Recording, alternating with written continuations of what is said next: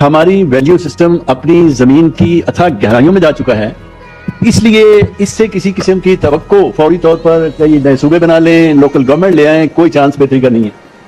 جب تک جو مجھے ان 2-3 ٹرم سے بڑی حیرت ہوتی ہے، فلاں حکمران خاندان، ڈیموکریسی میں بھی کبھی یہ تصور ہوتا ہے کہ جی فلاں حکمران خاندان، فلاں مقتدرہ، کیا ڈیموکریسی میں بھی کوئی کسی اسٹیبلشمنٹ کو مقتدرہ کہا جاتا ہے؟ تو جب تک یہ لوگ اپنے اپنے آربٹ میں نہیں جاتے، اور یہ اب نہیں جائیں گے، اس لیے کہ اس ملک کے وسائل کم ہوتے جا رہے ہیں، ان کی خواہشات بڑھتی چلی جا رہی ہیں، تو اس بات کا یہ ان کو کاکروچ ماننے کو بھی تیار نہیں ہے. مزے کی بات یہ ہے کہ انہوں نے، انڈیا والوں نے تو خود کو کاکروچ سے آئیڈینٹیفائی کیا، ایک سمبولکلی کیا کہ ہماری حیثیت یہ ہے، مگر انہوں نے ایک ڈیموکریٹک سسٹم کے اندر ڈیمانسٹریشن کرنے کے بعد اپنی ایک بات کو منوایا.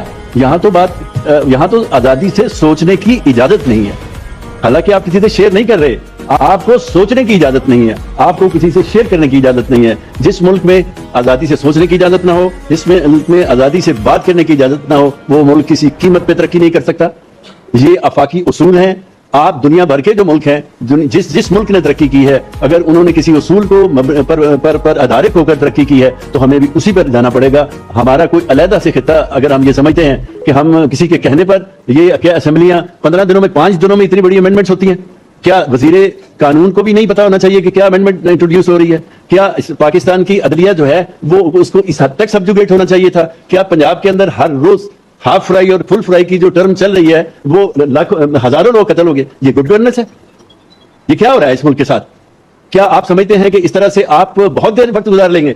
ان کو سیکنڈ کاؤنٹ کر رہے ہیں. اور اس کے بعد ایک ٹی وی پروگرام جو کل میں نے دیکھا، وہ ایک منصور علی خان کوئی جرنلسٹ ہیں، جس انداز میں انہوں نے بات کی ہے، فائلیں تیار ہو چکی ہیں، فلاں جو مسلم لیگ نون ہے اس کی جو وہ لیڈرشپ ہے اس کو یہ کیا جائے گا.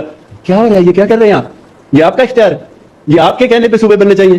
یہ اس ملک کے جن کی زمین ہے، جن کا آسمان ہے، جن کی فضا ہے، یہ ان کے کہنے پہ بننا چاہیے. اس ملک کو تنخواہ دار طبقے نے لوٹا ہے.